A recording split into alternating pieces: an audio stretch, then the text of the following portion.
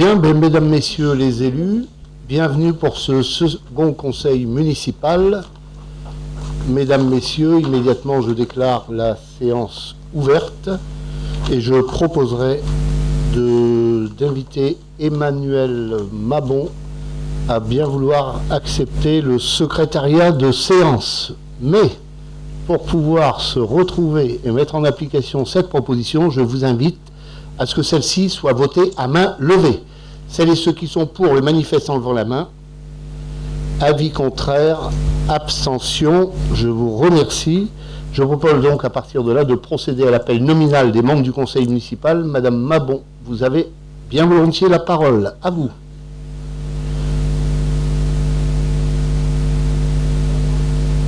Marie-Thérèse Houret. Alain Mamolo.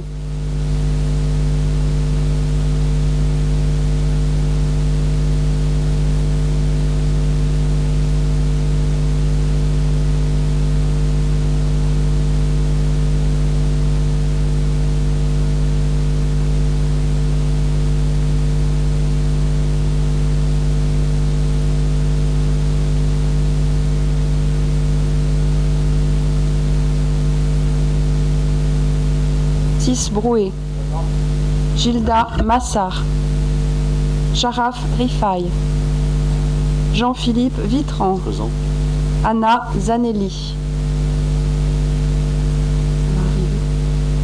Yves Floquet, Serge Lecadir, Sylvie Renou, Christian Châtelain, Emmanuel Mabon, présente. Isabelle Jalin, absente excusée, a donné pouvoir à Monsieur Serge Lecadir. Virginie Melki. Samia Sidi Moussa. Jeanne-Marie Binot. Patrick Lemaire.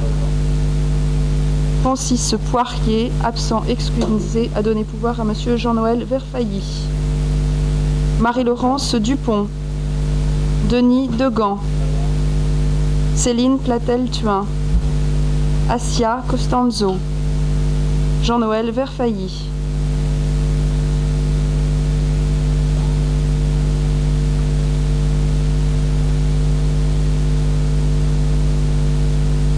Merci Madame Mabon. Et immédiatement, je vous invite à approuver le compte-rendu du dernier conseil municipal, qui était notre premier, celui de l'installation de notre conseil municipal qui date du 29 mars 2014. Avez-vous des remarques? Si aucune main se lève, je le considère comme approuvé. Je vous remercie également pour votre message et immédiatement, permettez-moi, comme je le souhaite, en tradition, faire part de quelques éléments d'appréciation sur notamment la période qui est vécue, avec en préambule après que Jean-Louis Borloo ait annoncé qu'il démissionnait de ses mandats et responsabilités politiques pour des raisons de santé. Je tiens tout simplement, en mon nom personnel, au nom de la ville de Marly, à saluer l'homme, à saluer celui qui a apporté, comme on dit, une nouvelle énergie dans ce Valenciennois et qui a contribué à donner une image nouvelle de notre arrondissement. Je lui souhaite, avec respect et estime, un prompt rétablissement. Les campagnes électorales entre nous ont été nombreuses, où nous nous sommes opposés, entre guillemets, mais elles ont toujours été respectueuses, se plaçant sur le champ des idées, et malgré nos différences, je veux rappeler que c'est l'homme que j'apprécie.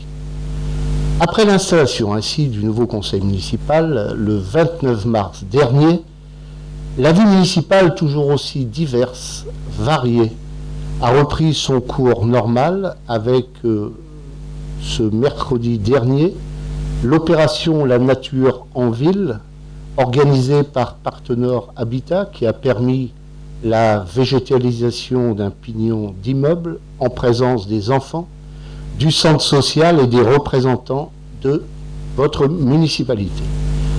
Cette action est ici le fruit de la concertation entre les différents acteurs du quartier, de la Briquette que sont la ville de Marly, l'association de quartier, le centre social, partenaire et soutenu ainsi par le Fonds de participation des habitants, plus communément appelé le FPH.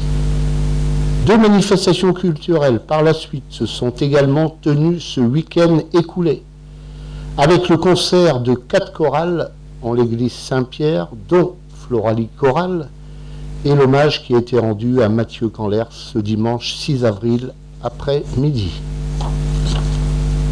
Enfin, ce fut le parcours du cœur dimanche matin, dont la participation des Marlysiens est en hausse à noter par rapport à 2013.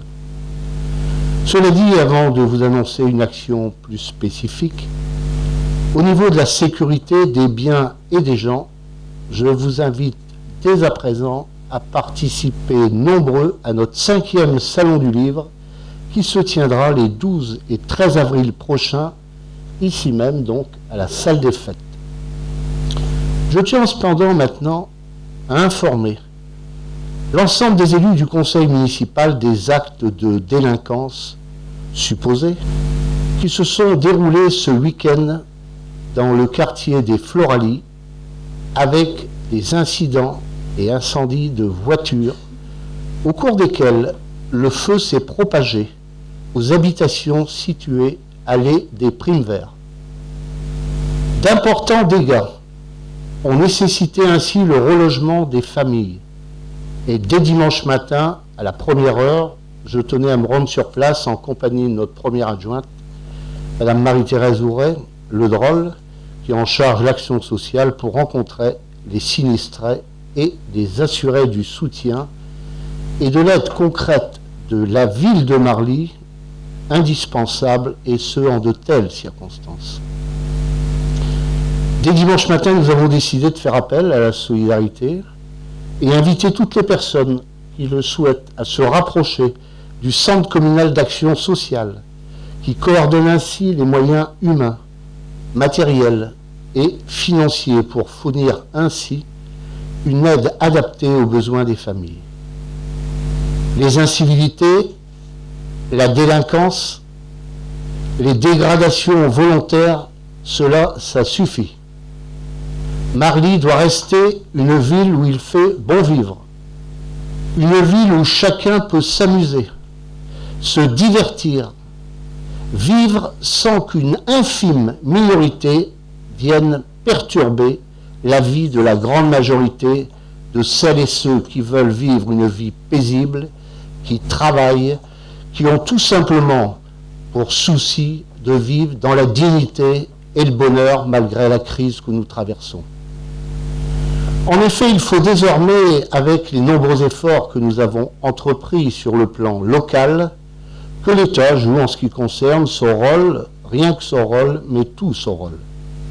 C'est pourquoi immédiatement, j'ai tenu à échanger avec monsieur le représentant de l'État, en l'occurrence monsieur le sous-préfet, par téléphone et maintenant par courrier afin d'obtenir les moyens humains et matériels nécessaires afin d'avancer sur notamment la défense de la sécurité des biens et des gens, avec des moyens, comme on dit, humains, que ce soit pour le commissariat central de Valenciennes ou encore pour le bureau de la police nationale ici même à Marly.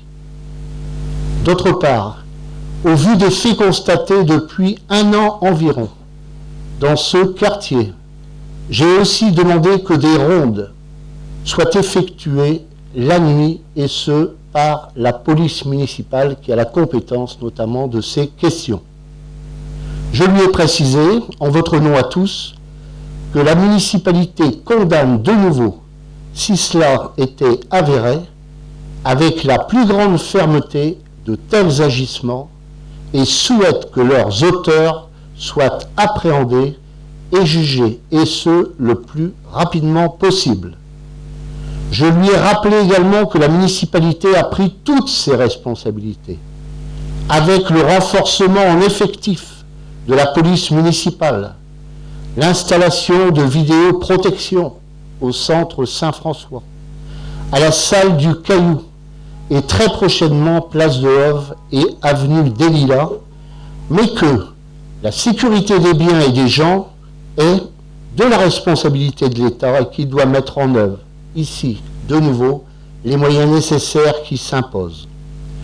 Je ne manquerai pas de vous tenir informé des réponses qui me seront apportées, le moment venu, et dès à présent, je vous invite à passer à l'heure du jour de notre conseil municipal.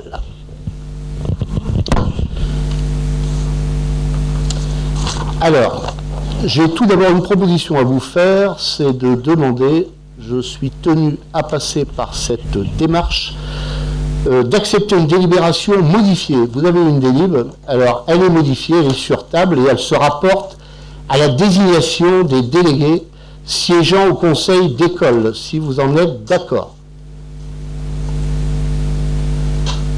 Pas d'objection, je vous remercie de cette approbation et nous passons ensuite à l'examen des questions à l'ordre du jour de notre conseil municipal avec en premier lieu l'adoption du règlement intérieur.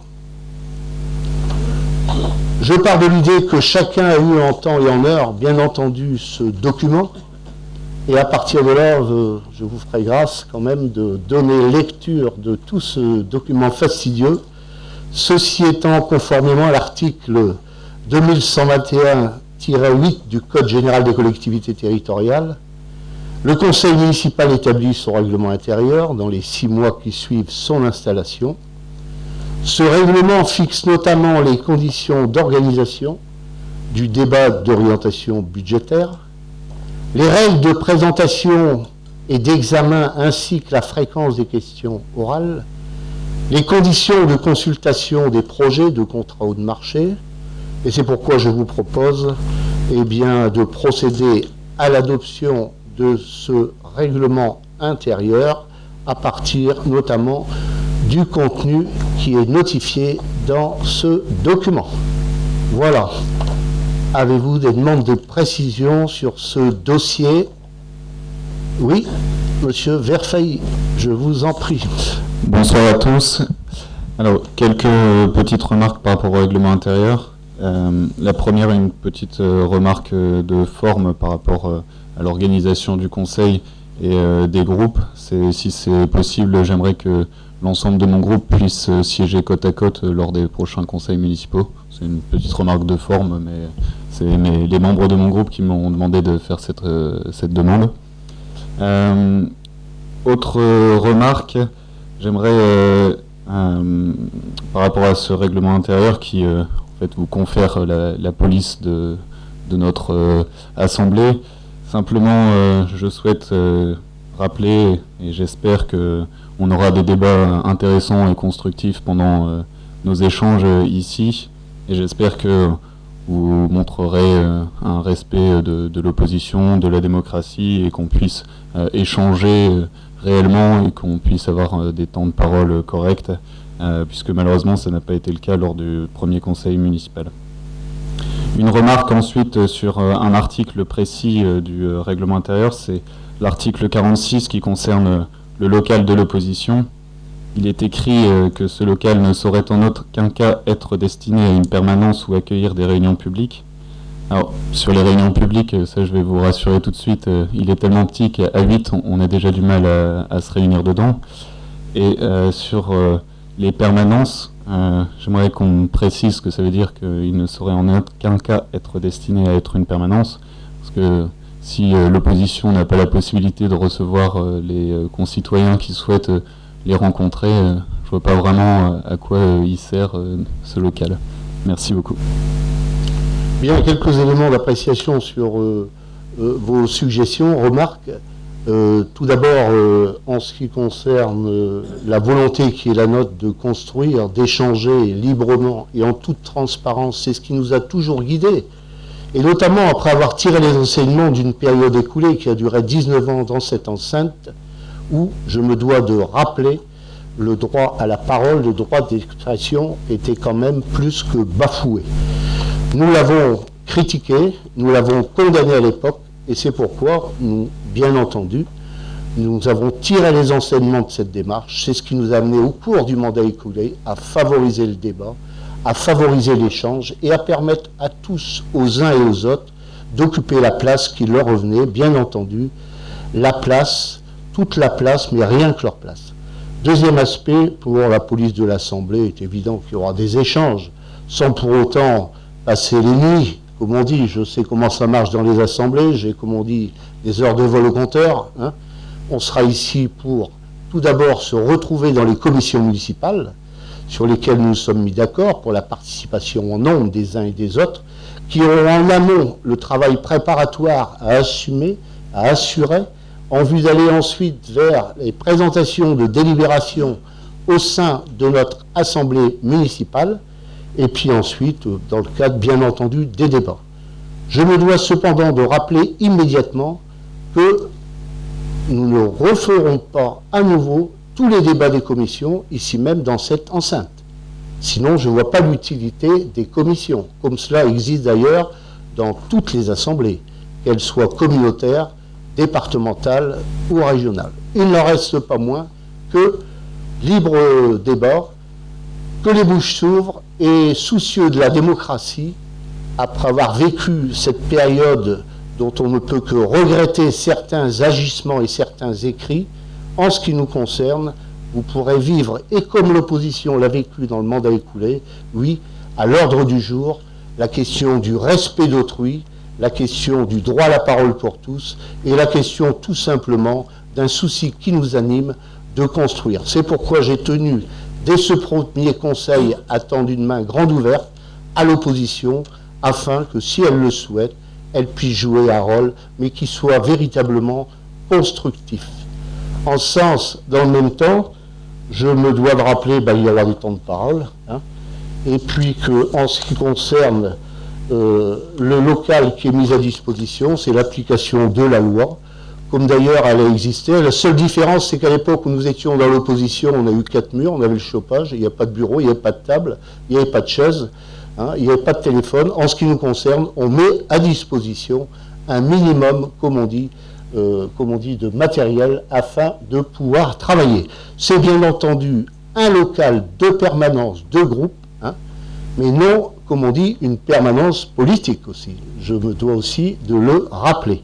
Ce local n'est pas destiné à recevoir du public, mais destiné à l'usage des élus pour discuter les affaires de la commune, comme en stipule notamment le texte de loi qui a été adopté à l'époque à l'Assemblée nationale, au Sénat, et avec, comme on dit, une dernière lecture à l'Assemblée.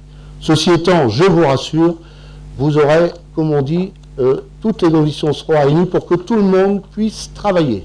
Mais je le répète, en aucun cas en faire des sièges politiques. Je me dois rappeler d'ailleurs que, ici même, on a déjà une expérience avec la vie associative.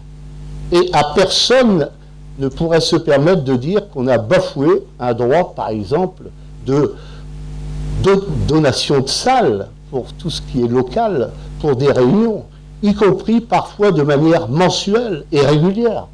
Hein. Et il n'en reste pas moins que dans le même temps, on est aussi dans le cadre d'une ville où il y a une centaine d'assos, hein, et qu'à partir de là, il faut prendre en compte tous ces critères et ces paramètres pour, disons, gérer cette affaire. Voilà, j'en ai terminé. Concernant la disposition, je vais vous dire, je vous entends.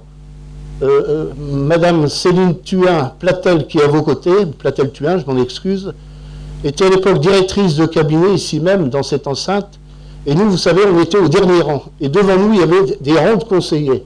J'oublie pas aussi, hein, le dispositif qui existait des tables et des chaises pour faire en sorte, eh bien, tout simplement de se comporter de manière irrespectueuse. Le respect, il est, on est table en U, on essaie de faire pour le mieux. Bon, écoutez, hein, je pense qu'on a essayé de vivre ensemble pendant quelques mois, et puis on tire les enseignements au bout d'un certain temps. J'en ai terminé sur ces aspects, et maintenant, avez-vous d'autres remarques sur ce règlement intérieur? Oui? Une dernière petite remarque par rapport à celle que vous venez de faire sur Madame Céline Platel, et par rapport à la remarque sur le fait que l'opposition pendant vos 19 ans ait été difficile. Je tiens à vous préciser tout de suite que celui qui est en face de vous en tant que dirigeant de l'opposition, ça n'est pas Philippe Duet, c'était une autre ère, et qu'on va faire l'opposition d'une manière différente et que c'est pas comme ça que ça se passe. Et j'espère que ça va changer, contrairement à ce qu'on a vécu au sein de cette période électorale. Sur ce, je propose que l'on passe aux voix sur ce règlement intérieur. Celles et ceux qui sont pour le manifeste en levant la main. Avis contraire, abstention, l'opposition s'abstient. Ensuite, nous passons à la seconde question à l'ordre du jour, qui est le débat d'orientation budgétaire. En ce qui concerne notamment ces aspects, avant de donner la parole à notre adjoint aux finances, Didier Caillé, dont je veux immédiatement saluer le travail qui a été déployé au cours du mandat écoulé, esprit de responsabilité, esprit d'ouverture, rigueur, qui a conduit notamment aux résultats obtenus, et ce, plus que globalement positif, comme le veut la formule consacrée. Je rappellerai en préambule que le débat d'orientation budgétaire donne lieu à l'établissement d'une délibération, afin que le représentant de l'État puisse s'assurer du respect des dispositions législatives. Il ne constitue qu'un stade préliminaire à la procédure budgétaire et ne présente aucun caractère décisionnel. Le budget primitif 2014 s'inscrira dans la continuité de la stratégie financière conduite par la municipalité depuis 2008. Les orientations du projet de budget 2014 se déclinent d'ailleurs en 4 axes. Tout d'abord, la poursuite de la maîtrise des dépenses de fonctionnement, qui reste une priorité dans un contexte national de réduction des dépenses publiques, tout en maintenant des services publics de qualité. Deuxièmement, le maintien du même niveau de fiscalité qu'en 2013, dans un contexte de faible croissance, afin de ne pas alourdir le poids de la fiscalité locale, je pense à la part communale, dans le budget des ménages. Troisièmement, le maintien de l'autofinancement, qui permet la réalisation de projets structurants et d'investissements de proximité sans recours excessif à l'emprunt. Quatrièmement, le maintien d'un niveau d'investissement équivalent à celui de l'année 2013. Enfin, la volonté de votre ville de Marly étant aussi de maintenir, voire de renforcer, les services offerts à la population, tout en restant extrêmement vigilant dans la gestion du budget à venir. Quelques éléments d'introduction avant de céder la parole à notre adjoint aux finances, M. Didier Caillé. À vous, M. Caillé. Merci, Monsieur le maire. L'examen du budget doit être préalablement suivi d'un débat par le conseil municipal sur les grandes orientations budgétaires pour le budget 2014. Considérant les difficultés de tous considérant les difficultés de tous, nous redoublerons cette année encore de prudence dans cet exercice.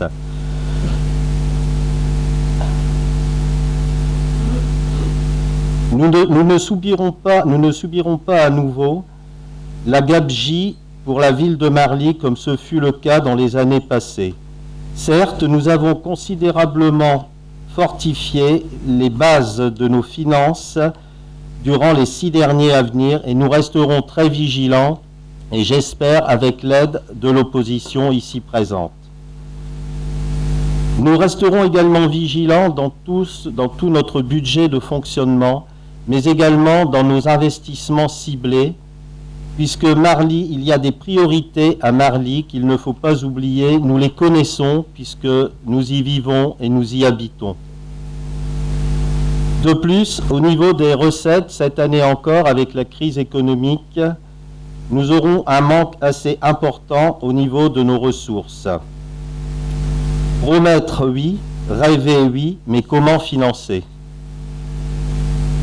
Avec l'aide de tous nos services et avec l'aide également de l'ensemble de la majorité, des élus de la majorité, nous avons travaillé cette année encore à l'élaboration du budget qui, comme les autres années, sera un budget raisonnable pour toute la population, dans lesquels nous retrouverons les choix politiques de la municipalité, mais également de pouvoir répondre à toutes les attentes de la population. Vous avez terminé, M. Caillé ?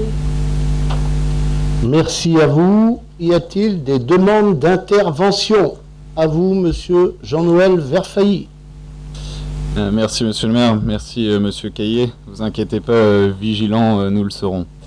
Quelques remarques. D'abord, une première remarque sur ce débat d'orientation budgétaire, c'est par rapport à l'article 42 du règlement intérieur qu'on vient d'adopter et qui dit que ce document sert à discuter avec une base d'éléments d'analyse rétrospective et prospective, notamment les principaux investissements projetés, le niveau d'endettement et la progression envisagée. On peut constater quand on lit la note explicative que vous nous avez transmise, que c'est malheureusement un petit peu trop léger et trop faible pour qu'on ait une réelle discussion ce soir, parce que malheureusement il n'y a aucun projet d'investissement qui est détaillé à l'intérieur de ce document, et la même chose sur l'évolution de la dette, ça n'est pas précisé non plus de quelle manière elle allait évoluer. Ensuite, pour revenir sur les 4 grands axes que vous avez cités, la poursuite de la maîtrise des dépenses de fonctionnement, je voudrais m'étonner un petit peu de ce terme maîtrise des dépenses de fonctionnement. Quand on reprend le compte administratif de 2007 et quand on prend celui de 2013, on voit qu'il y a eu 811 461 € d'augmentation de dépenses de personnel annuellement. Et ça représente, avec 30 employés municipaux en moins depuis cette période. Donc si c'est ça la définition d'une maîtrise des dépenses de fonctionnement, je m'inquiète un petit peu pour le mandat qui vient. Sur le deuxième axe, qui est le maintien d'un même niveau de fiscalité qu'en 2013, comme vous le savez, les impôts c'est constitué de bases et de taux, sachant que dans votre document vous avez bien pris garde de préciser que les bases allaient augmenter de 0,9%. Donc même si vous n'augmentez pas les taux communaux, les impôts des Marlésiens vont nécessairement augmenter. C'est quand même quelque chose qu'il faut souligner et préciser aux concitoyens dès maintenant. Le troisième axe, c'est le maintien de l'autofinancement qui permet la réalisation de projets structurants et d'investissements sans recours excessif à l'emprunt. Alors, les projets structurants, on aimerait en avoir en avoir un petit goût ce soir pour pouvoir en discuter tous ensemble, pour savoir ce qui pourrait être intéressant. Pendant les dernières semaines et derniers mois, on a fait nous-mêmes quelques propositions de projets structurants qui pouvaient être intéressants. Vous avez également fait part de vos intentions de préparer des projets structurants pour notre commune. On aurait aimé savoir lesquels allaient être mis en priorité pour cette première année. Et sans recours excessif à l'emprunt, malheureusement, c'est extrêmement flou également comme manière de s'exprimer. Qu'est-ce que c'est que le recours excessif à l'emprunt? Vous savez, quand c'est flou, il y a un loup. Je crois que c'est quelqu'un de chez vous qui dit ça. Et ça s'est révélé véridique. Le quatrième axe, c'est le maintien d'un niveau d'investissement équivalent à celui de l'année 2013. Encore une fois, sur ce point-là, nous, on est un petit peu sceptiques et un petit peu déçus parce que 3,6 millions d'euros d'investissement par rapport à 13,2 millions de fonctionnement, on trouve que le rapport n'est pas très bon et on aimerait que l'investissement soit privilégié par rapport au fonctionnement sur Marly et en tout cas que les dépenses d'investissement augmentent de manière nette et significative dans votre nouveau mandat. Merci beaucoup. Quelques éléments d'appréciation en sachant qu'il s'agit aujourd'hui d'un débat d'orientation budgétaire et que nous allons investir le débat notamment la semaine prochaine, mercredi, dans le cadre du budget qui sera présenté. À vous, M. Caillé. Oui, donc en ce qui concerne, vous m'entendez là? En ce qui concerne donc les différents points que vous venez d'évoquer, c'est vrai que de refaire un emprunt, oui, on pourra peut-être éventuellement cette année en faire un, mais on en rediscutera lors de la présentation du budget. Mais il faut savoir que les années qui viennent de s'écouler, c'est-à-dire de 2008 à, je dirais, fin 2013, Je voyais mal la commune rencontrer un organisme financier pour demander un prêt. C'est vrai qu'on en aurait besoin parce qu'il y a d'énormes travaux à faire à Marly. Je pense que vous le savez, vous êtes pas mal baladé également dans Marly. Vous avez vu que tout est à refaire, on en a déjà fait pas mal. On l'a fait en autofinancement pour diminuer la dette de la commune. Cette dette a considérablement diminué. On va peut-être maintenant pouvoir passer à la vitesse supérieure, mais comme je vous disais tout à l'heure, je veux rester quand même, et avec mes collègues élus, nous voulons rester prudents quand même sur les investissements encore en 2014. En ce qui concerne le personnel, il faut savoir quand même que lorsque nous sommes arrivés en 2008, on avait ici sur la mairie de Marly, je ne citerai pas le nom du prédécesseur, vous l'avez signalé tout à l'heure et je suis entièrement d'accord avec vous, on avait les services qui fonctionnaient seuls. Personne, aucun chef de service, pas de service juridique, pas de service marché. Au niveau des services techniques, il faut quand même savoir que c'était, je crois, pas loin de 200 personnes qui se retrouvaient là-bas dans le bâtiment des services techniques, 100 personnes le matin pour les mettre en route, à part l'adjoint aux travaux, qui évidemment faisait ce qu'il pouvait, mais il faut quand même savoir que le personnel était livré à lui-même. Donc on a quand même mis la priorité lors de notre arrivée sur des postes tels que le directeur des services techniques, tel qu'un responsable d'urbanisme, tel qu'un responsable des marchés, responsable juridique, et ce qui a quand même permis à la commune d'avancer beaucoup plus vite. Après, quand vous parlez, c'est vrai qu'au niveau des travaux, oui, il n'y a pas beaucoup de travaux de réaliser à Marly. Le fonctionnement, on l'a quand même considérablement diminué. Si on prend certains points tels que les assurances ou le chauffage ou les carburants, simple petit exemple, les carburants en 2008, lorsque nous sommes arrivés, on était à 80 000 € de carburant sur l'année. On a augmenté la flotte de véhicules des services techniques. On a fait donc beaucoup plus de kilomètres et on arrive maintenant dans les 55 000 €. Donc vous voyez, on essaye et on y arrive de réduire considérablement le budget de fonctionnement. Il y a encore du travail à faire et on est prêt à le faire et on continuera à le faire. Merci. Et immédiatement la parole à Madame Rita Canas. À vous, Madame Canas. Merci. Merci, Monsieur le maire. Donc, en avant-propos, mon intervention est au nom du groupe des élus socialistes. Donc, je porte à l'information à l'ensemble du conseil municipal et au public nombreux présents à assister à ce conseil qu'il y a un groupe des élus socialistes qui s'est formé. C'est une chose qui se fait à chaque début de mandat municipal. Et c'est un groupe des élus socialistes composé de 9 personnes qui siègent au sein de la majorité municipale, avec son identité, mais qui siègent au sein de la majorité municipale, et non pas ailleurs. Libre dans son identité. Donc je vais vous donner notre intervention parce que, M. Verfailly, le document qui nous est soumis au conseil municipal dans le débat d'orientation budgétaire, c'est le document qui est donné à chaque municipalité de France et de Navarre. Quand on parle de débat d'orientation budgétaire, c'était une information que je voulais vous donner.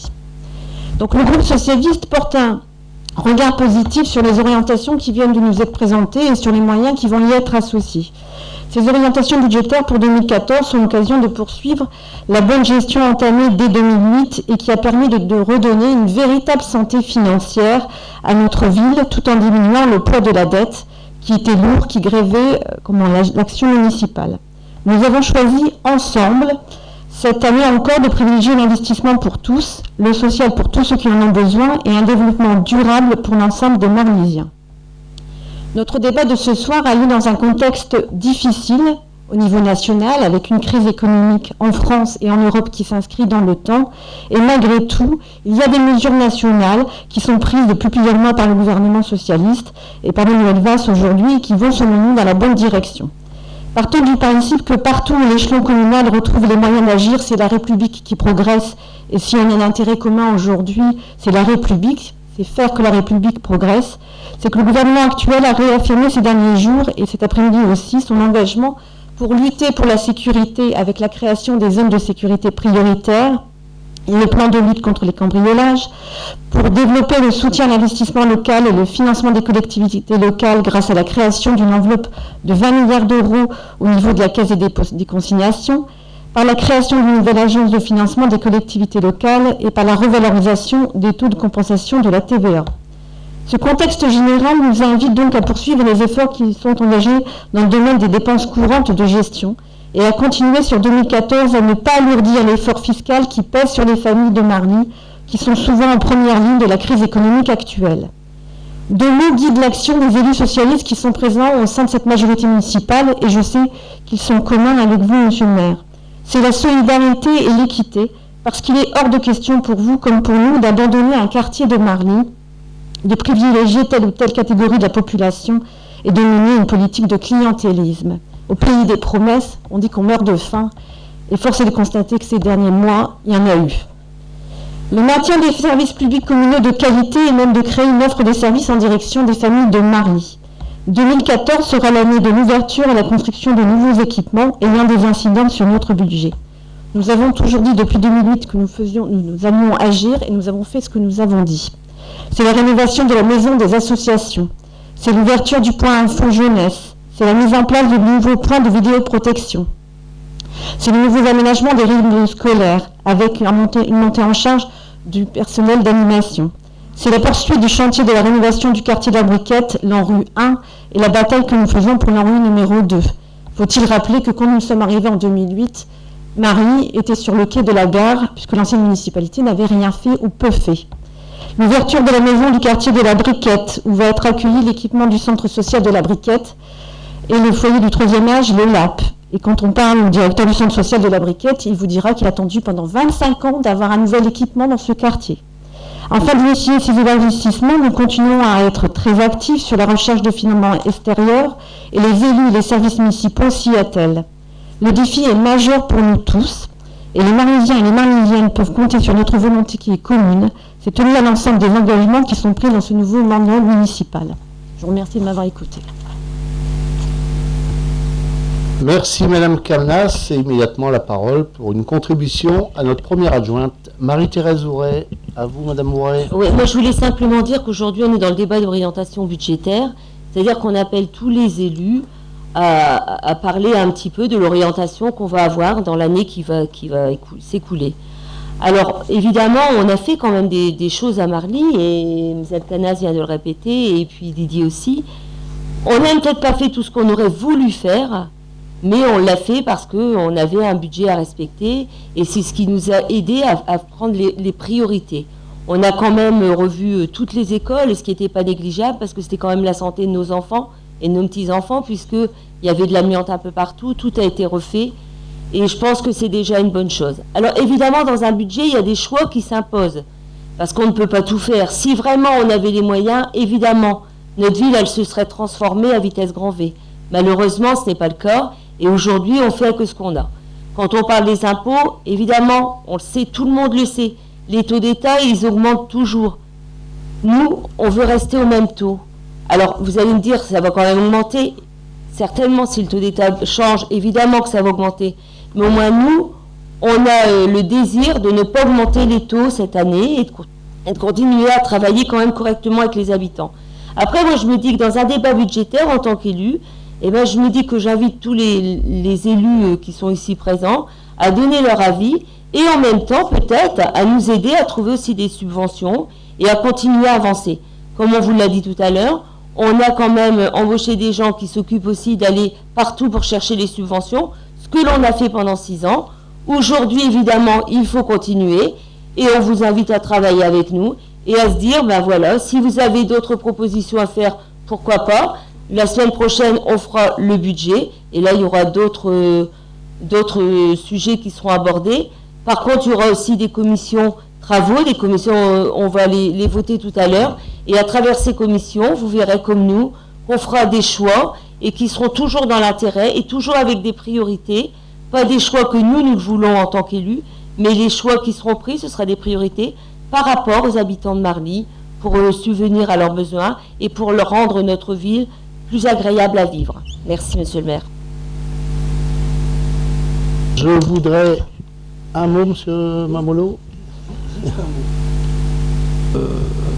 Monsieur Herfeuilly, vous nous dites que le ratio entre l'investissement et le fonctionnement, pour vous, il vous paraît bon.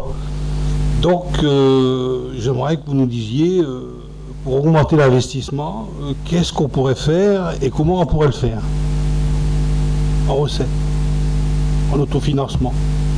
Dites-nous-le, monsieur Herfeuilly. La bonne question. Alors, juste une ou deux remarques préalablement avant de répondre à votre question, monsieur Mamolo.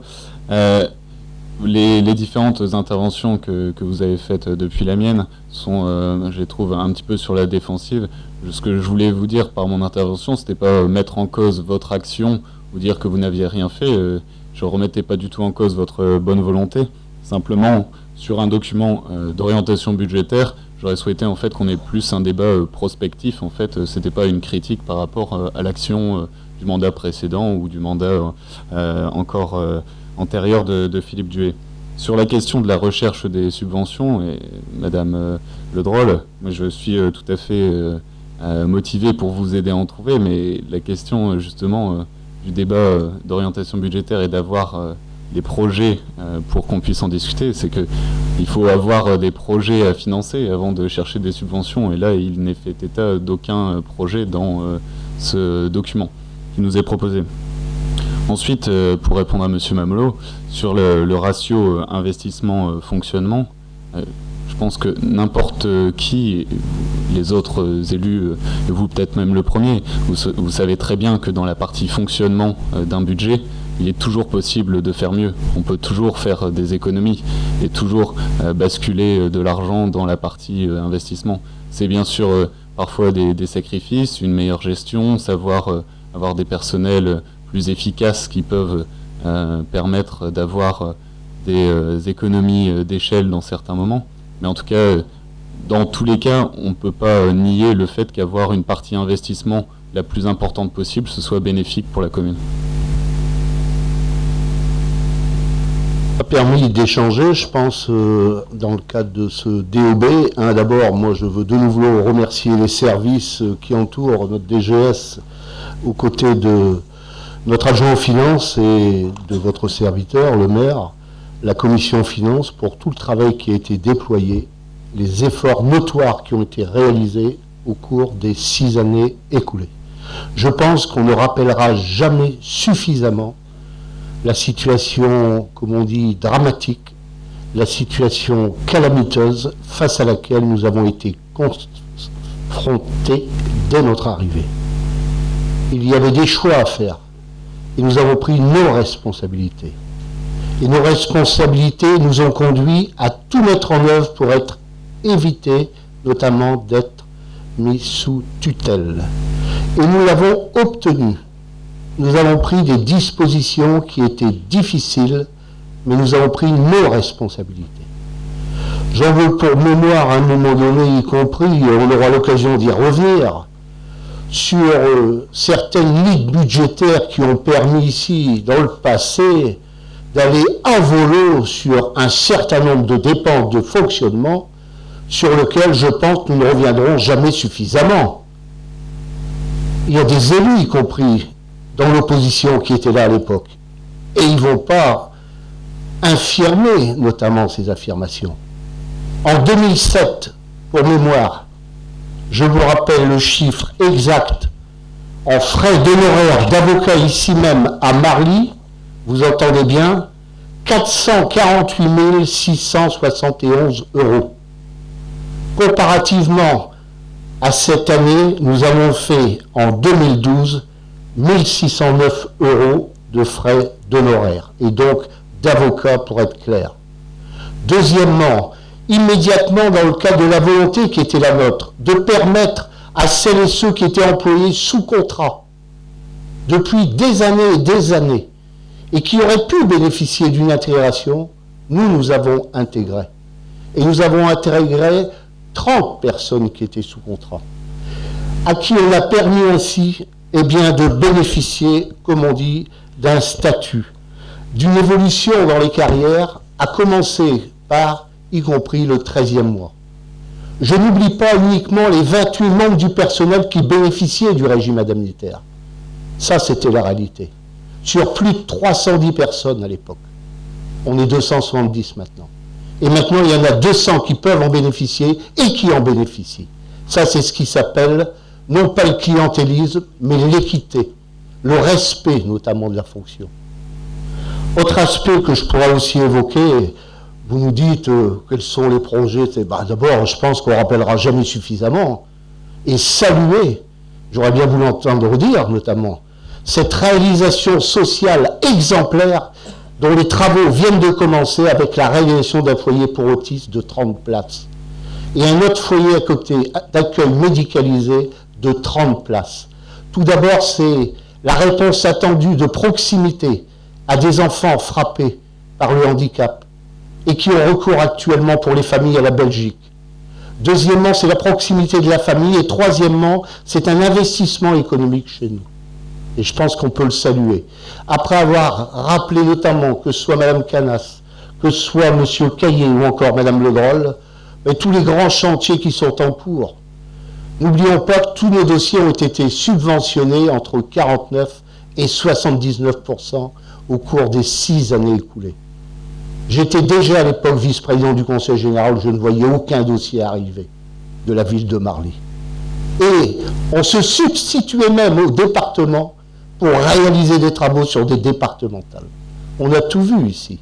Je rappelle tout ça parce qu'il est bon à un moment donné, comme on dit, ça passe vite aux oubliettes. Hein. Et quand on se permet aussi de vouloir, au cours de l'année écoulée, faire des démonstrations, faire la leçon sur la façon de gérer, moi j'écoute, j'observe. Et ce que je sais, c'est qu'il y a un bilan et qu'il y a des projets qui sont en cours. La maison des associations, 1 million d'euros subventionnés à 50%. Je l'ai dit, le foyer autiste et le femmes. 3. La maison de quartier à la Briquette. Allez voir dans quelles conditions ont été, notamment pendant 19 ans, pour celles et ceux qui osaient aller au centre social de la Briquette, dans quelles conditions on était logés, hébergés. Comme on l'a souvent évoqué ici même dans cette enceinte, dans des conditions dignes du siècle écoulé. Quatrièmement, dans tous ces projets, eh bien moi je veux saluer aussi le fait qu'on est passé en matière financière d'une période où il y avait 70 années d'endettement à 7 années, et ce sans emprunt. Je pense que, et comment avons-nous fait? Une meilleure maîtrise des dépenses, la chasse, comme on dit, le recours aux subventions maximales, et troisièmement, une gestion qui prenait en compte, dans le cadre d'un plan d'économie qui a été évalué à près de 2 366 000 euros d'économie en fonctionnement sur 6 années. Je viendrai y compris un de ces jours et je rappellerai le chapitre, par exemple, assurance, de combien il était à l'époque. On pourra revenir y compris sur l'essence, le gasoil. On pourra revenir sur des faits qu'il nous faut de nouveau porter à la connaissance de la population.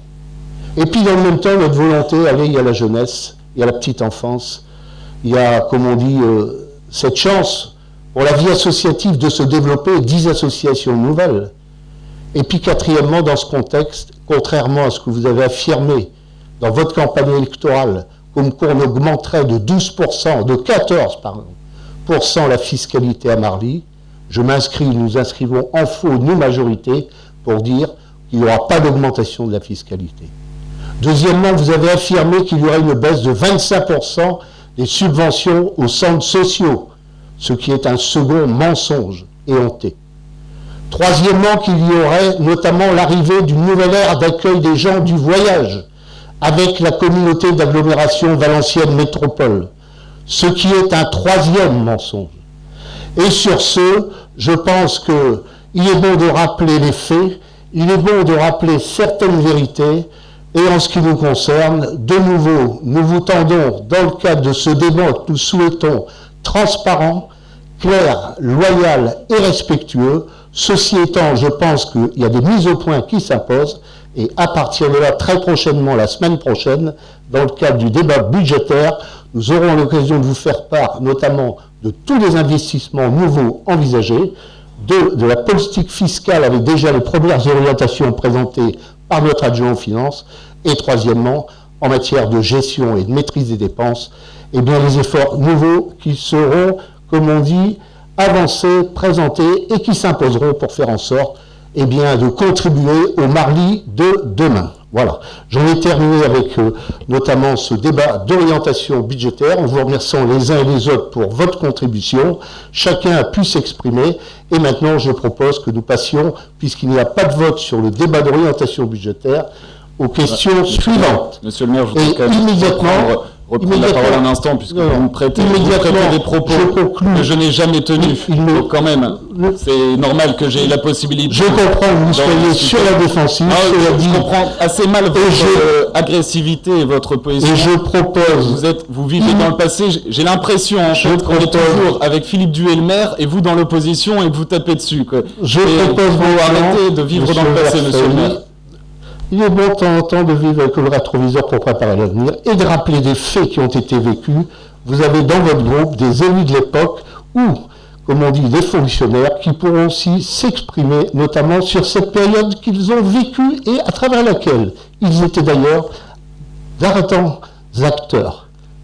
J'en ai terminé, je propose maintenant, M. Verfailly, que nous passions au point suivant. Alors, nous passons ensuite avec la délibération, les délégations consenties au maire par le conseil municipal. Et bien volontiers la parole à Madame Houret. L'article L 2122-22 du Code général des collectivités territoriales permet au conseil municipal, pour la durée de son mandat, de déléguer à Monsieur le maire un certain nombre de ses compétences, dans le souci de favoriser une bonne administration communale. Conformément aux articles L 2122-18 et L 2122-23 du même code, Monsieur le maire pourra charger un ou plusieurs adjoints de prendre en son nom, en cas d'empêchement de sa part, tout ou partie des décisions pour lesquelles il lui est donné délégation par la présente délibération. Il est proposé au conseil municipal de déléguer à Monsieur le maire, ou en cas d'empêchement à l'adjoint délégué, le soin, premièrement, d'arrêter et modifier l'affectation des propriétés communales utilisées par les services publics municipaux. Deuxièmement, de fixer dans les limites d'un montant de 2 500 € par droit unitaire les droits prévus au profit de la commune qui n'ont pas un caractère fiscal, exemple droit de voirie, de stationnement. Troisièmement, de procéder dans les limites des sommes inscrites chaque année au budget à la réalisation des emprunts destinés au financement des investissements prévus par le budget et aux opérations financières utiles à la gestion des emprunts. Quatrièmement, de prendre toute décision concernant les marchés et accords cadres d'un montant inférieur au seuil européen de procédures formalisées fixées par les marchés de fournitures et prestations de services. Aujourd'hui, ce seuil s'élève à 207 000 €. Il est réévalué tous les 2 ans, ainsi que toute décision concernant les avenants au marché et accords cadres qui n'entraînent pas une augmentation du montant du contrat initial supérieur à 5% lorsque les crédits sont inscrits au budget. Cinquièmement, de décider de la conclusion et de la révision du louage de choses pour une durée n'excédant pas 12 ans. Sixièmement, de passer les contrats d'assurance ainsi que d'accepter les indemnités de sinistres y afférentes. Septièmement, de créer les régies comptables nécessaires au fonctionnement des services municipaux. Huitièmement, de prononcer la délivrance et la reprise des concessions dans les cimetières. Neuvièmement, d'accepter les dons et legs qui ne sont pas grevés ni de conditions ni de charges. Dixièmement, de décider l'aliénation de gré à gré de biens immobiliers jusqu'à 4 600 €. Onzièmement, de fixer les rémunérations et de régler les frais et honoraires des avocats, notaires, huissiers de justice et experts. Deuxièmement, de fixer dans les limites de l'estimation des services fiscaux, domaines, le montant des offres de la commune à notifier aux expropriés et de répondre à leurs demandes. Treizièmement, de décider de la création de classes dans les établissements d'enseignement. Quatorzièmement, de fixer les reprises d'alignement en application d'un document d'urbanisme. Quinzièmement, d'exercer au nom de la commune les droits de préemption définis par le Code de l'urbanisme. Seizièmement, d'attenter au nom de la commune les actions en justice ou de défendre la commune dans les actions intentées contre elle. 17e, de régler les conséquences dommageables des accidents dans lesquels sont impliqués des véhicules municipaux. 18e, de donner en application de l'article L 324-1 du Code de l'urbanisme l'avis de la commune préalablement aux opérations menées par un établissement public foncier local. 19e, de signer la convention précisant les conditions dans lesquelles un constructeur participe au coût d'équipement d'une zone d'aménagement concerté et de signer la convention précisant les conditions dans lesquelles un propriétaire peut verser la participation pour voirie et réseau. 20e, de réaliser les lignes de trésorerie sur la base d'un montant maximal de 1 500 000 € et de passer à cet effet les actes nécessaires. 21e, d'exercer au nom de la commune et dans toutes les hypothèses fixées par les textes le droit de préemption défini par l'article L 214-1 du Code de l'urbanisme.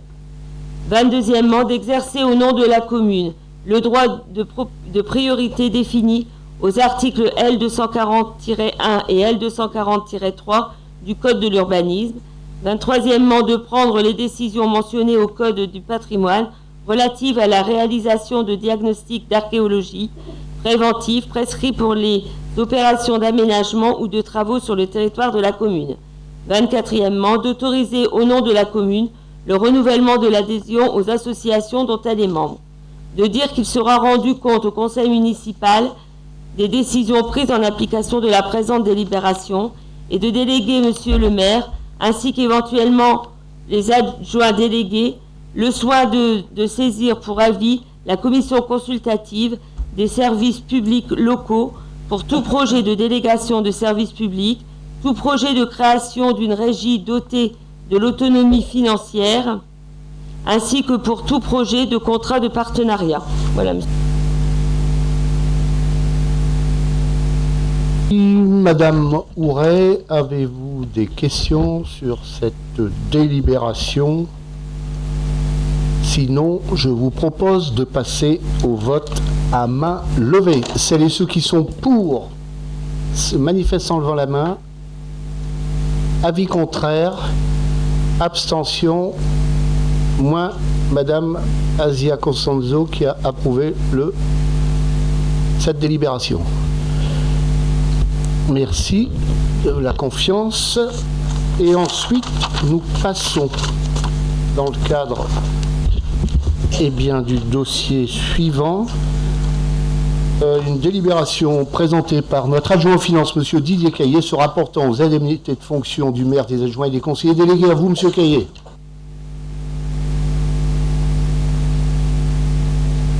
Conformément au Code général des collectivités territoriales, il appartient au conseil municipal de fixer le taux des indemnités de fonction de ses membres. Les indemnités maximales sont déterminées par un barème mentionné par l'article L 2123-23 du Code général des collectivités territoriales. La ville de Marly se trouve dans la tranche des villes de 10 000 à 19 999 habitants. Toutefois, les communes comme celle de Marly, attributaires de la dotation de solidarité urbaine et de cohésion sociale, au cours de l'un des 3 derniers exercices,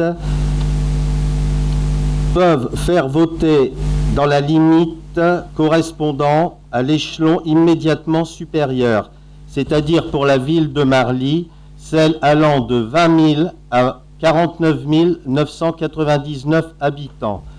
Ainsi, le pourcentage maximum de l'indice 1015 est pour monsieur le maire de 90% et pour les adjoints de 33%.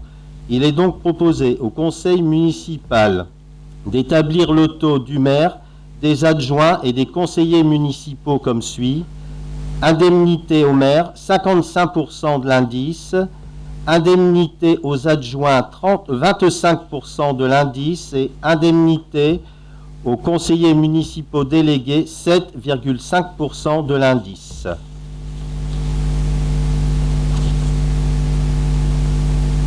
Avez-vous des demandes d'intervention sur cette délibération? Je propose donc qu'on passe au voix, si vous en êtes d'accord, à main levée. Celles et ceux qui sont pour le manifeste en levant la main. Avis contraire, abstention, en vous remerciant de votre approbation. Et nous passons ensuite avec la présentation de la commission en délibération d'appel d'offres, notamment pour sa constitution, avec, vu les articles 22 et 23 du Code des marchés publics, considérant qu'à la suite des élections municipales, il convient de constituer la commission d'appel d'offres, et ce pour la durée du mandat, considérant qu'outre le maire, son président, cette commission est composée de 5 membres titulaires élus par le conseil municipal, en son sein, par le conseil à la représentation proportionnelle, et ce au plus fort reste. Considérant que l'élection des membres titulaires et des suppléants a lieu sur la même liste à bulletin secret, sans panachage ni vote préférentiel, les listes peuvent comprendre moins de noms qu'il n'y a de sièges de titulaires et de suppléants à pourvoir. En cas d'égalité des restes, le siège revient à la liste qui a obtenu le plus grand nombre de suffrages. Si les listes en cause ont également recueilli le même nombre de suffrages, le siège est attribué au plus âgé des candidats susceptibles d'être proclamés élus. En cas d'absence de Monsieur le maire, la présidence de la commission d'appel d'offres est assurée par Madame Marie-Thérèse Ouret. Il est donc proposé au conseil municipal de procéder à l'élection de 5 membres titulaires et de 5 membres suppléants. En vue de respecter la représentation proportionnelle de l'Assemblée délibérante, il a été proposé à l'opposition de désigner 2 de leurs membres, un membre titulaire, un membre suppléant, ce qui fut accepté, je les en remercie. Une seule et unique liste a donc été déposée. Aussi, il est proposé au conseil municipal de programmer, alors, pour les membres de la CAO, membres titulaires, Bernard Évra, Didier Caillé, Jules Caillard, Francis Brouet, Jean-Noël Verfailly. Membres suppléants, Isabelle Jalin, Serge Lecadir, Yves Dromby, Charaf Rifaille et Francis Poirier. C'est donc la proposition qui est soumise à délibération de notre Assemblée municipale, et ce, avec un accord majorité-opposition. J'imagine qu'il n'y a pas de demande d'intervention. Celles et ceux qui sont pour le manifeste en levant la main. Avis contraire, abstention, je vous remercie. Et nous passons ensuite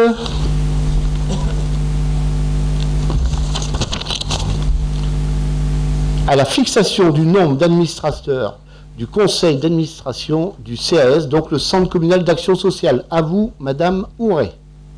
Marie-Thérèse. Alors, vu l'article R 123-C du Code de l'action sociale et des familles, confiant au conseil municipal le soin de fixer le nombre d'administrateurs du CCAS, considérant qu'il convient de fixer le nombre de membres du conseil d'administration du CCAS que les articles L 123-6 et R 123-7 du Code subvisé exigent un minimum de 4 membres élus et un maximum de 8 membres élus. Considérant que le conseil d'administration est composé dans les mêmes proportions de membres élus au sein du conseil municipal et de membres nommés issus d'associations de personnes âgées et retraitées, d'associations de personnes handicapées, d'associations œuvrant dans le secteur de l'insertion et de la lutte contre les exclusions, de l'Union départementale des associations familiales. Considérant que Monsieur le maire est président de droit, il est proposé au conseil municipal de fixer à 8 le nombre des élus au sein du conseil municipal, de fixer à 8 le nombre de membres nommés par le maire dans les conditions mentionnées à l'article L 123-6 du Code de l'action sociale et des familles.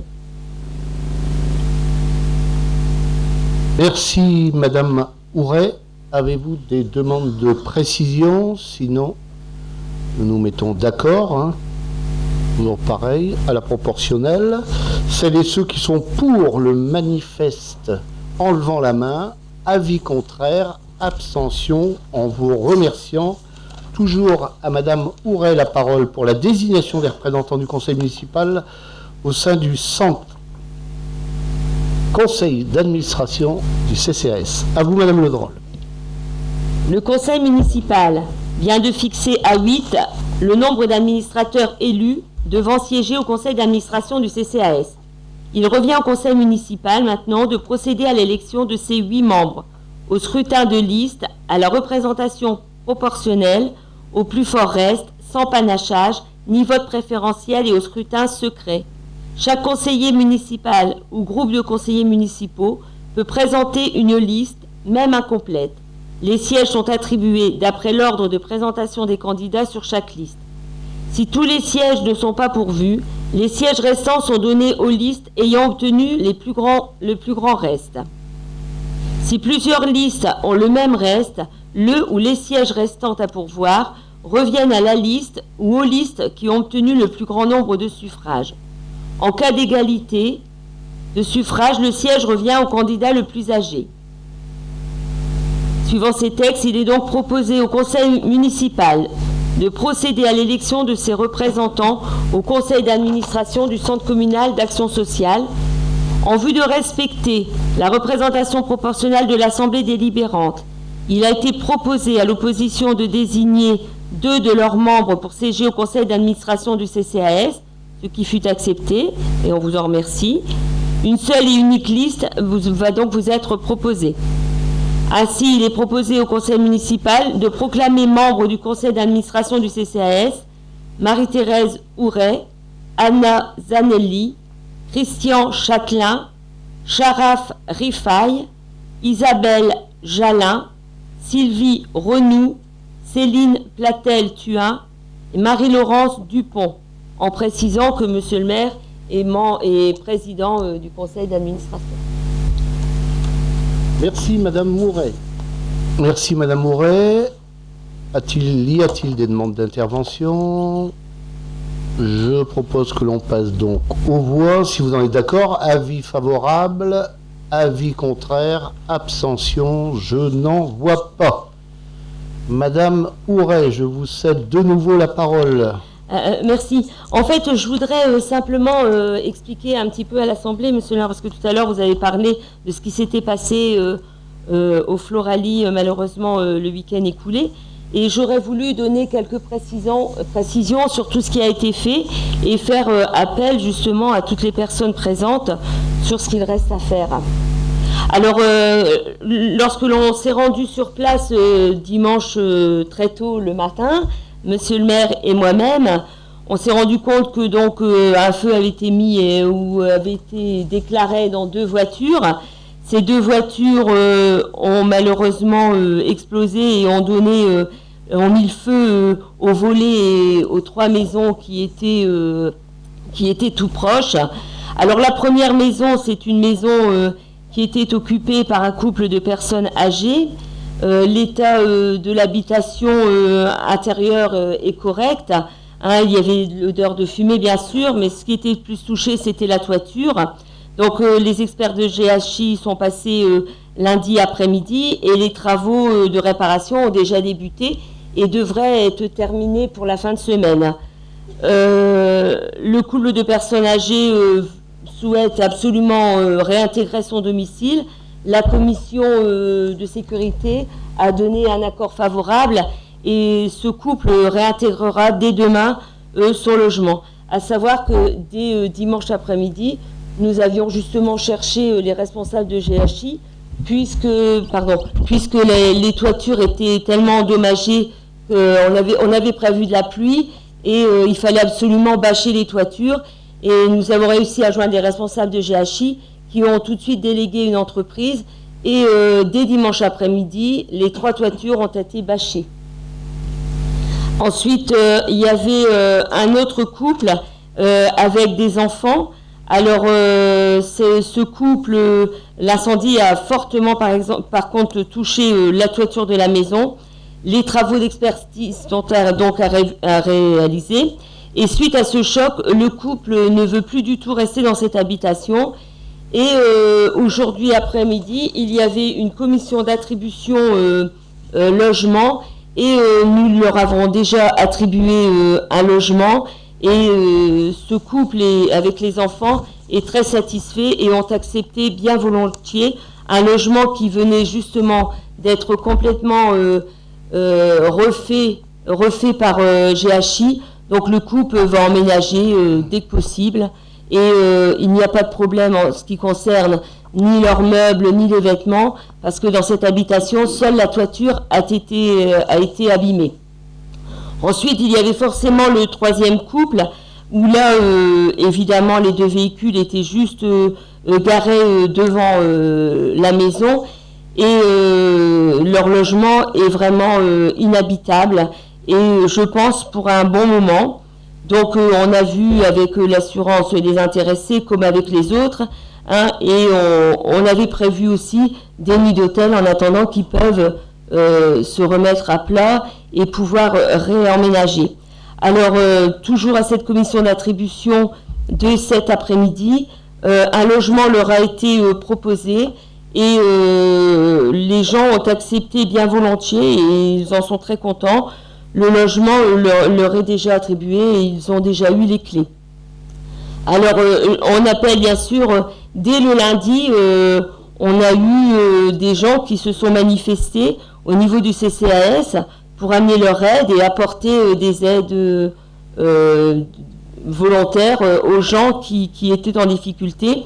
Alors vraiment le seul couple en difficulté, c'est celui dont la maison a pris feu complètement, puisque eux ils n'ont vraiment plus rien, ni meubles, ni linge, ni vaisselle, enfin ils n'ont absolument plus rien. Donc on a vu...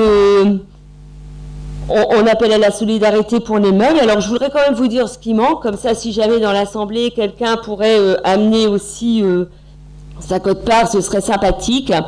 Alors, il manque un lit double et un lit simple, une cuisinière, une machine à laver, une table de cuisine, des chaises, de la vaisselle, des meubles de rangement, évidemment, et tout ce qui est linge de maison. Hein, les draps, les serviettes, voilà, parce que les personnes n'ont plus rien. Concernant les vêtements, au CCAS, on a donné un secours exceptionnel qui a été approuvé par Monsieur le maire de 300 € à la personne pour qu'elle puisse aller se rhabiller et au moins subvenir dans un premier temps. Alors pour se rendre au travail, évidemment, la dame avait eu une voiture de prêt pour une semaine. Vous savez très bien qu'avec les assurances, on peut renouveler d'une semaine la voiture de prêt, mais bon, c'est toujours du provisoire. Donc on a vu quand même avec Voiture & Co pour que la dame ait la possibilité d'avoir un véhicule mis à sa disposition pour un prix plus que raisonnable qui sera aussi mis pour les assurances. Voilà, monsieur le maire. Donc je voudrais dire que déjà depuis donc le dimanche soir, il y a eu les interventions des élus et des services techniques de la ville, puisque l'on a fait aussi fermer la maison pour qu'elle soit mise en sécurité. Le 7, on a eu tout de suite l'intervention des services techniques et de GHI en liaison avec les services municipaux. L'intervention des responsables du CCAS et des services logement de la commune pour l'accompagnement des familles et l'inventaire des besoins. Le mardi, donc c'est aujourd'hui, j'ai à nouveau rencontré des personnes ce matin pour leur faire les propositions qu'on leur a donné. Les personnes étaient très satisfaites, donc voilà, ça a été vraiment approuvé cet après-midi. Et on a fait également une visite de voisinage, puisqu'à côté il y avait une personne âgée qui était quand même plus ou moins perturbée parce qu'elle a eu très peur, donc on est encore allé la revoir ce matin. On a aussi une dame où sa voiture, alors là c'est un peu inexplicable, mais la voiture a pris feu à l'intérieur. Pas vraiment pris feu, mais le siège s'est consommé et le plafond de la voiture. Aujourd'hui, la dame n'était pas présente pour refaire le bilan avec elle, mais on ira la revoir très rapidement, monsieur le maire. Voilà, je voulais simplement vous tenir au courant, parce que monsieur le maire avait annoncé au début au préalable du conseil municipal, mais je pense que tout le monde se posait des questions, alors j'ai voulu amener un petit peu plus de précision. Merci. Merci Madame Ouret. Je veux dans le même temps saluer l'investissement qui était le vôtre. C'est le rôle et le devoir d'un élu face aux difficultés, hein. Comme on dit, tel ce genre de sinistre, d'être présent. J'estime que ce soit dans la journée ou la nuit, pour immédiatement entourer les familles et voir, comme on dit, la solidarité matérielle agissante.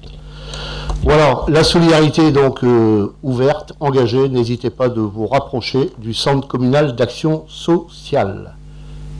J'avais passé aux voix notamment la composition, hein. On avait voté, il me semble, le CCAS, je ne me trompe pas, je vieillis, mais je ne m'étais pas trompé. Nous allons maintenant passer, comme on dit, à la désignation des membres des commissions municipales. Alors, à la désignation des membres, notamment de ces différentes commissions, elles sont listées dans le règlement intérieur du conseil municipal, sur lequel nous venons précédemment de délibérer. Ces commissions sont au nombre de 6.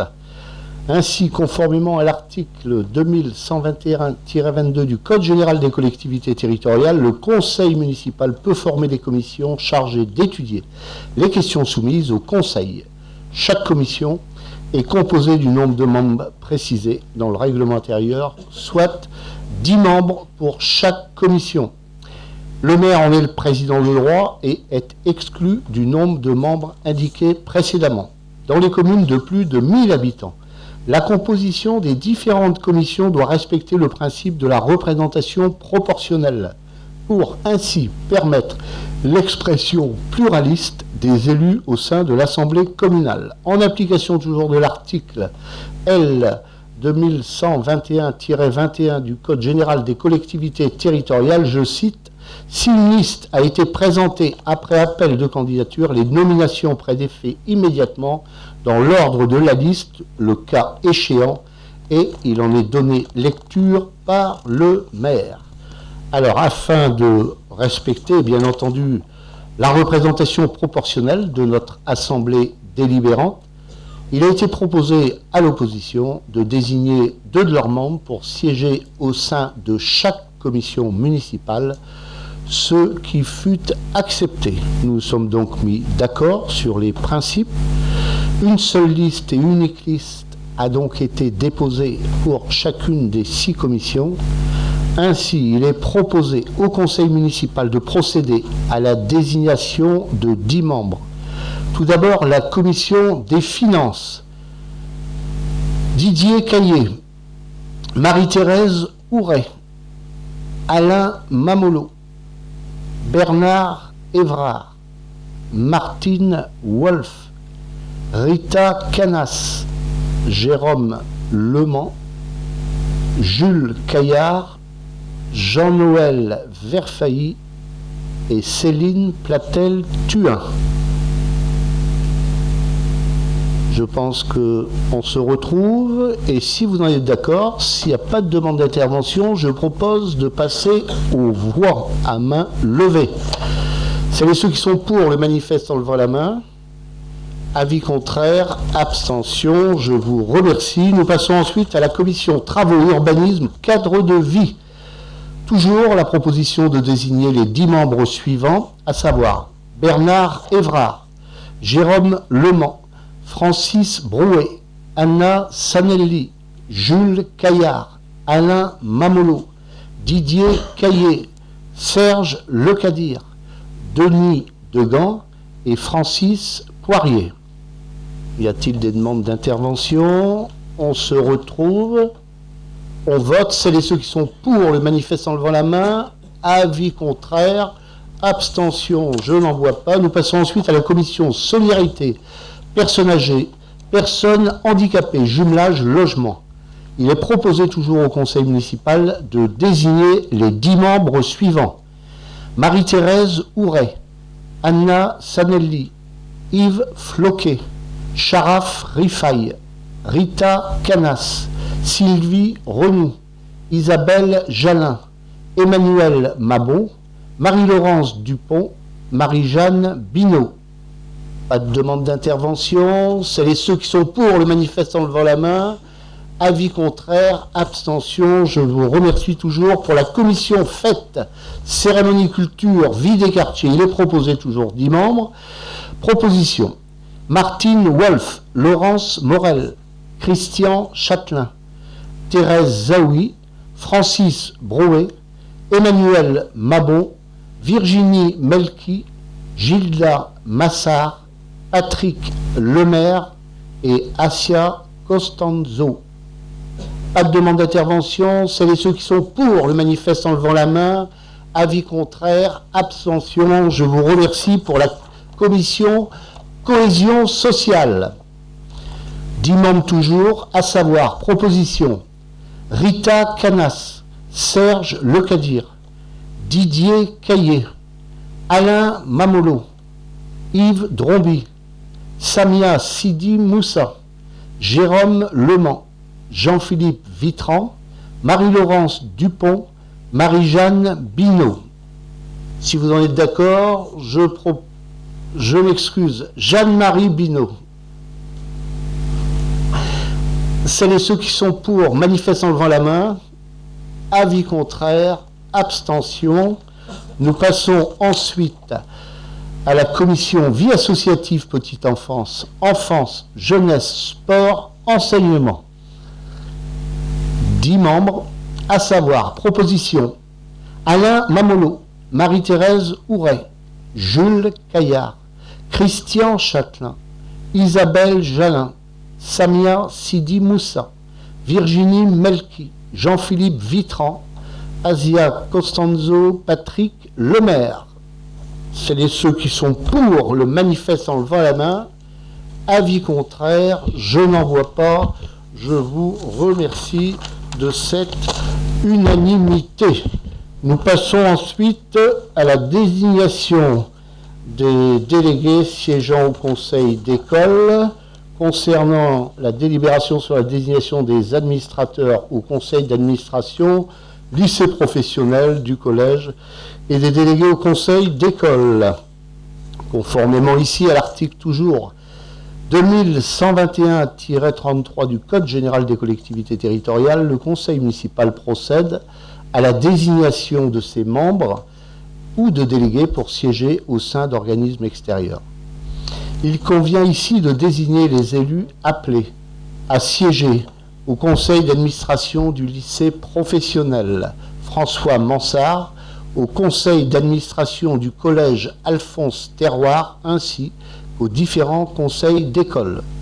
Comme l'énonce l'article L 2121-21 du Code général des collectivités territoriales, je cite, « Le conseil municipal peut décider, à l'unanimité, de ne pas procéder au scrutin secret, aux nominations ou aux présentations, sauf dispositions législatives ou réglementaires prévoyant expressément ce mode de scrutin. Le vote à bulletin secret n'étant pas requis spécifiquement par les textes, je propose donc que le vote ait lieu au scrutin public. Je vous propose donc de voter à main levée le principe d'un scrutin à main levée. Celles et ceux qui sont pour le manifeste en levant la main. Avis contraire, abstention, je vous remercie. Je rappelle ici que le candidat qui obtient la majorité absolue est élu. Attention, si le vote n'est pas unanime, obligation, bien entendu, je me dois de le rappeler, de voter à bulletin secret. Il est donc proposé au conseil municipal de désigner 3 administrateurs pour représenter la ville au conseil d'administration du lycée professionnel François Mansart. J'invite donc les groupes politiques à présenter leurs candidats et nous procéderons ainsi au vote. Mais je cède immédiatement. Y a-t-il des candidatures? Et je cède ensuite la parole à monsieur Jules Caillard. Allez-y, monsieur Versailles. Bonjour, monsieur le maire. Donc, je voudrais vous proposer la candidature de 3 membres de mon groupe qui ont des compétences et de l'expérience dans les questions éducatives, étant eux-mêmes enseignant ou ayant été président d'association de parents d'élèves. Donc, il s'agit de Madame Assia Costanzo, de Madame Marie-Laurence Dupont et de Monsieur Patrick Lemaire. Alors, Assia Costanzo, Marie-Laure Dupont, Marie-Laurence, excusez-moi. Et de Monsieur Patrick Lemaire. Monsieur Caillard, je vous cède bien volontiers la parole. Merci, Monsieur le maire.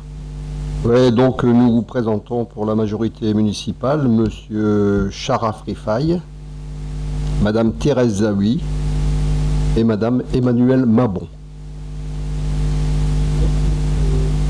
Monsieur Caillard, nous avons connaissance des candidatures qui sont proposées.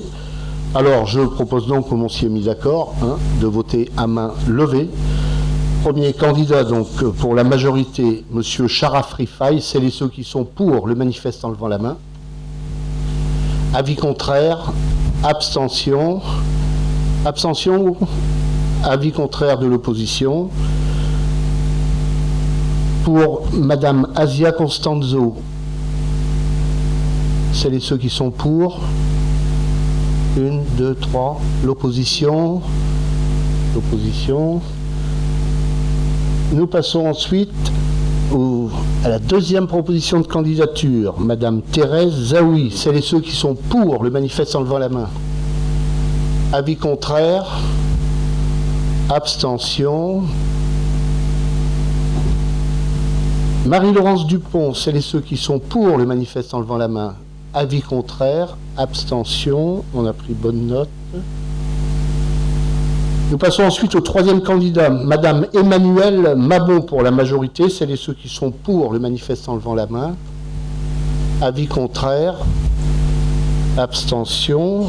Et Monsieur Patrick Lemaire, avis favorable, avis contraire, abstention. Nous avons donc pris note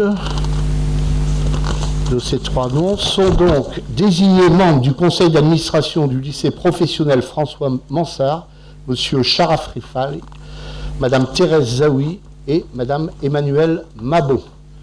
De la même façon, il est proposé au conseil municipal de désigner les trois administrateurs qui siégeront au sein du collège Alphonse Terroir. J'invite de nouveau les groupes politiques à présenter leurs candidats, comme il a été procédé précédemment pour le lycée, puis nous passerons au vote. Y a-t-il des noms de l'opposition? La majorité, Monsieur Caillard. Oui, merci, Monsieur le maire. Alors, pour la majorité, Madame Virginie Tétini, Madame Thérèse Zawi et Madame Isabelle Jalin. Monsieur Versailles. Les trois mêmes qui étaient qualifiés pour le lycée le sont également pour le collège, donc Madame Assia Costanzo, Madame Marie-Laurence Dupont et Monsieur Patrick Lemaire.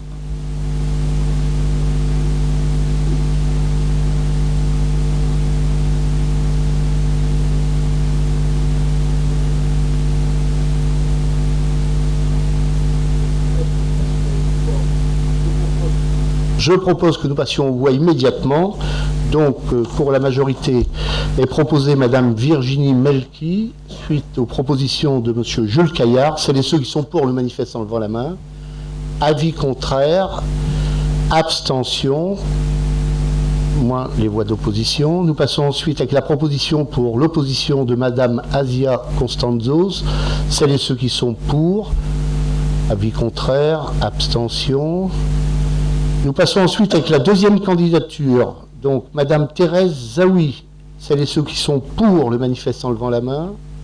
Avis contraire, abstention. Et ensuite, Madame Marie-Laurence Dupont, celles et ceux qui sont pour. Avis contraire et abstention. Nous passons avec la troisième candidature qui est celle de Madame Isabelle Jalin, celles et ceux qui sont pour. Avis contraire, abstention. Et donc pour l'opposition, la proposition de Monsieur Patrick Lemaire. Avis favorable, avis contraire, abstention. Sont donc désignés ainsi membres du conseil d'administration du collège Alphonse Terroir, Madame Virginie Melki, Thérèse Zawi et Isabelle Jalin. Maintenant, nous procédons à la désignation des délégués siégeant au sein des différents conseils d'école. Il vous est ainsi proposé de désigner un délégué titulaire et un délégué suppléant chargé de représenter la ville au sein de chaque conseil d'école. Dans la même lignée, j'invite bien entendu les groupes politiques à présenter leurs candidats titulaires et suppléants pour chaque école ou groupe scolaire. Les groupes politiques sont invités à faire part de leurs propositions. Alors, tout d'abord, nous passons à l'école maternelle Jean Rostand. Monsieur Caillard, vous avez des propositions à nous faire. Oui, merci Monsieur le maire. Donc pour l'école maternelle Jean Rostand, comme titulaire Madame Sylvie Renoux et comme suppléant Madame Marie-Thérèse Houret. Pour l'école, donc Jean Rostand, Monsieur Patrick Lemaire et Madame Marie-Laurence Dupont. Monsieur Patrick Lemaire et Marie-Laurence Dupont. Nous passons donc, si vous êtes d'accord, au vote. Alors, concernant l'école Jean Rostand, je répète, donc Madame Sylvie Renoux, celles et ceux qui sont pour, le manifeste en levant la main. Avis contraire, abstention, prenez toujours bonne note, Madame la DGS. Concernant le poste de délégué suppléant à l'école Jean Rostand, je m'excuse,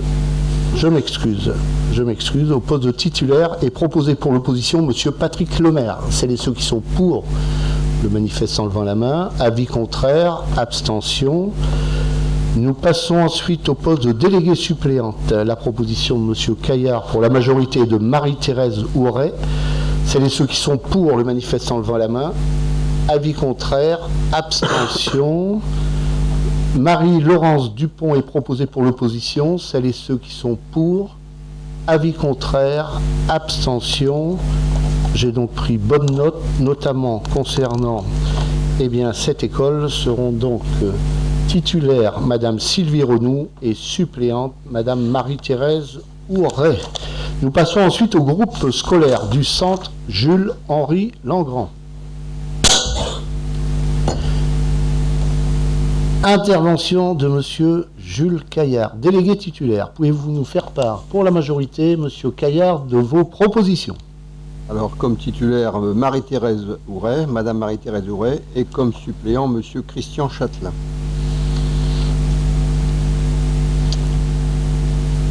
Y a-t-il d'autres propositions? Oui, je vous propose Madame Assia Costanzo et Monsieur Patrick Lemaire. Asia. Costanzo et Monsieur Patrick Lemaire.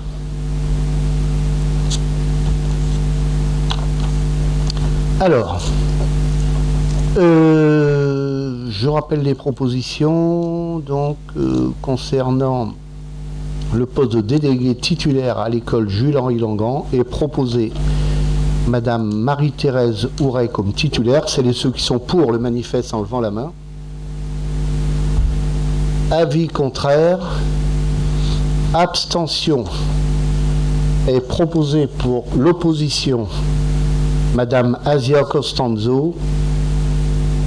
Avis favorable. Avis contraire. Vous levez la main. Avis contraire, la majorité, levez la main.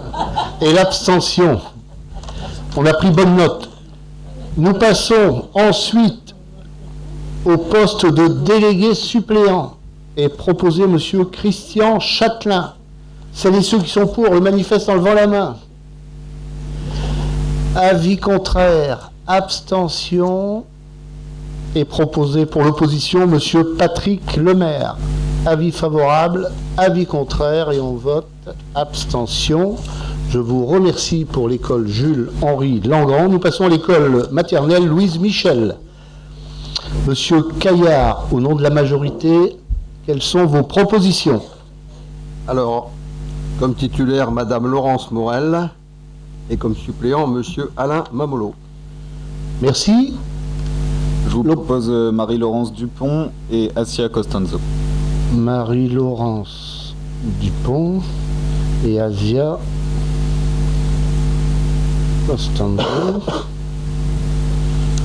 Celles et ceux qui sont pour se retrouver autour de la candidature poste de titulaire de Madame Laurence Morel. Avis favorable. Avis contraire. Celles et ceux qui sont pour se retrouver autour de la candidature de Marie-Laurence Dupont. Avis contraire, on vote. Abstention. Et nous passons ensuite pour le poste de délégué suppléant proposé par M. Gilles Caillard au nom de la majorité, M. Alain Mamolo comme délégué suppléant. Celles et ceux qui sont pour manifestent en levant la main. Avis contraire. Abstention. Et enfin, Mme Asia Costanzo, celles et ceux qui sont pour. Avis contraire. Et nous votons abstention. Merci pour l'école maternelle Louise Michel. Et nous passons ensuite à l'école primaire Louise Michel. Sont donc proposés comme délégués titulaires et suppléants pour la majorité M. Caillard. Jules, à vous.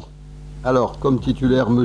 Alain Mamolo, et comme suppléant, Mme Martine Wolf. Je m'en excuse. Madame Asia Costanzo, nous devons nous prononcer. Excusez-moi. C'est les ceux qui sont pour. Avis contraire et avis contraire et abstention. On se retrouve sur le mode de scrutin. Et nous passons ensuite au groupe scolaire Marie Curie. Marie Curie. Monsieur Caillard, à vous. Donc, vos propositions. Comme titulaire, Madame Rita Canas, et comme suppléant, Madame Virginie Melki. Pour l'opposition? Alors, pour moi, je vais vous proposer Madame Asia Costanzo, puisque je vois qu'elle a le soutien de Madame Canas, et Monsieur Patrick Lemaire. Et Monsieur Patrick Lemaire. Alors, allons-y. Hein. Nous passons donc aux voix. Monsieur Caillard. Donc proposer Madame Rita Canas au poste de titulaire et groupe scolaire Marie Curie. Celles et ceux qui sont pour. Avis contraire. Abstention. Madame Asia Costanzo. Avis favorable. Avis contraire. Abstention. Je vous remercie de votre fidélité. Délégué suppléant, Madame Virginie Melki. Pour. Contre. Abstention. Monsieur Patrick Lemaire. Avis favorable. Contre. Abstention. Et nous passons ensuite à l'école maternelle Nelson Mandela. Délégué titulaire, Monsieur Caillard, à vous pour les propositions de la majorité. Alors, comme titulaire, Madame Rita Canas, et comme suppléant, Monsieur Jean-Philippe Vitran. Merci, Monsieur Caillard. Monsieur Verfailly. Madame Asia Costanzo et Madame Marie-Laurence Dupont. Asia Costanzo et Marie-Laurence Dupont. Alors, au nom de la majorité, pour Madame Rita Canas, et ceux qui sont pour le manifeste en levant la main. Avis contraire. Abstention. Pour Madame Asia Costanzo. Avis favorable. Avis contraire. Abstention. Au poste de suppléant, Jean-Philippe Vitran. Avis favorable. Abstention. Avis contraire. Je vous remercie. Et donc, Marie-Laurence Dupont, avis favorable, avis contraire, abstention. Je vous remercie. Et nous continuons avec l'école primaire Nelson Mandela, délégué titulaire. Allez-y, Monsieur Caillard. Alors, comme titulaire, Monsieur Didier Caillé, et comme suppléant, Madame Rita Canas. Alors, Monsieur Didier Caillé et suppléant, Madame Rita Canas. Pour l'opposition, Marie-Laurence Dupont et Monsieur Patrick Lemaire. Alors, Marie-Laurence Dupont et Monsieur Patrick Lemaire. Alors, On peut y aller. Hein. École Nelson Mandela. Pour la majorité, Didier Caillé. Celles et ceux qui sont pour. Avis contraire. Abstention. Est proposé à ce poste de titulaire délégué pour l'opposition Marie-Laurence Dupont. Celles et ceux qui sont pour, contre, abstention. Nous passons ensuite au poste de délégué suppléant. Madame Rita Canas pour la majorité, pour, contre, abstention. Et nous passons ensuite au poste de... Pour l'opposition est proposé Monsieur Patrick Lemaire, pour, contre, abstention. J'en ai terminé avec cette école. Et nous passons ensuite à l'école des Hurets Saint-Nicolas. Ce sont les deux derniers conseils d'école. Monsieur Caillard, à vous pour les propositions de la majorité. Alors, pour l'école maternelle, hein, en titulaire, Monsieur Yves Dromby, et comme suppléant, Monsieur Charaf Rifaille. Merci, Monsieur Caillard. Monsieur Verfailly. Je vous propose Madame Marie-Laurence Dupont et Madame Assia Costanzo. Alors, Marie-Laurence Dupont et Assia Costanzo.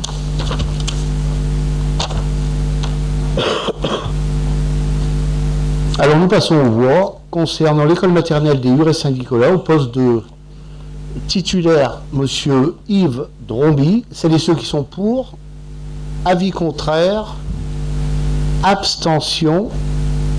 Madame Marie-Laure Dupont, pour, avis contraire et on vote abstention. Nous passons ensuite au poste de délégué suppléant, Monsieur Charaf Rifaille, pour, avis contraire et abstention. Et Madame Assia Costanzo, avis favorable, avis contraire et abstention. Dernière école, il s'agit de l'école primaire des Hurets. École primaire des Hurets Saint-Nicolas, délégué titulaire. Alors, Monsieur Jules Caillard. Alors, comme titulaire, Madame Gilda Massard, et comme suppléante, Madame Thérèse Zawi. Merci, Monsieur Caillard. Monsieur Verfailly. Je vous propose Madame Marie-Laurence Dupont et Madame Assia Costanzo. Marie-Laurence Dupont et Assia Costanzo. Ce sera notre dernier vote, si je ne me trompe. Et ensuite, on rappellera, à un moment donné, les différents délégués par école. Alors, concernant le poste de délégué titulaire, école primaire, Hurets Saint-Nicolas, c'est le dernier conseil d'école, est proposé pour la majorité, Madame Gilda Massard, c'est les ceux qui sont pour, avis contraire, abstention, Marie-Laurence Dupont, avis favorable, avis contraire, abstention, je vous remercie et nous terminons. Proposition de la majorité, Madame Thérèse Zawi comme suppléante, avis favorable, contre, abstention, et Madame Assia Costanzo, avis favorable, contre et abstention. Je vous remercie de votre contribution. Je veux vous rappeler, alors immédiatement, pour les conseils d'école, pour qu'on se retrouve, pour le groupe scolaire, Henri Langan, titulaire, Marie-Thérèse Houret, suppléant, Christian Châtelain, groupe scolaire Marie Curie, Rita Canas, suppléant, Virginie Melki, école maternelle Jean Rostand, Sylvie Renou, Marie-Thérèse Houret, école maternelle des Hurets, Yves Dromby, Charaf Rifaille suppléant, école maternelle des Hurets toujours, Gilda Massard, titulaire, suppléant, Thérèse Zawi, école maternelle Nelson Mandela, Rita Canas, Jean-Philippe Vitran comme suppléant, école élémentaire Nelson Mandela, Didier Caillé, suppléant Rita Canas, école maternelle Louise Michel, Madame Laurence Morel-Zwindo, suppléant Alain Mamolo, et école maternelle Louise Michel, Alain Mamolo et Martine Wolf. J'en ai terminé et nous avons à ce jour, à cette heure, épuisé l'ordre du jour. Je vous rappelle que le prochain conseil municipal a lieu le mercredi 16 avril où notamment nous aurons à débattre, à échanger et à délibérer sur le budget. Merci de votre présence, bon retour et à bientôt. En vous invitant bien entendu à toutes les festivités qui vont marquer et jalonner notre vie marlysienne.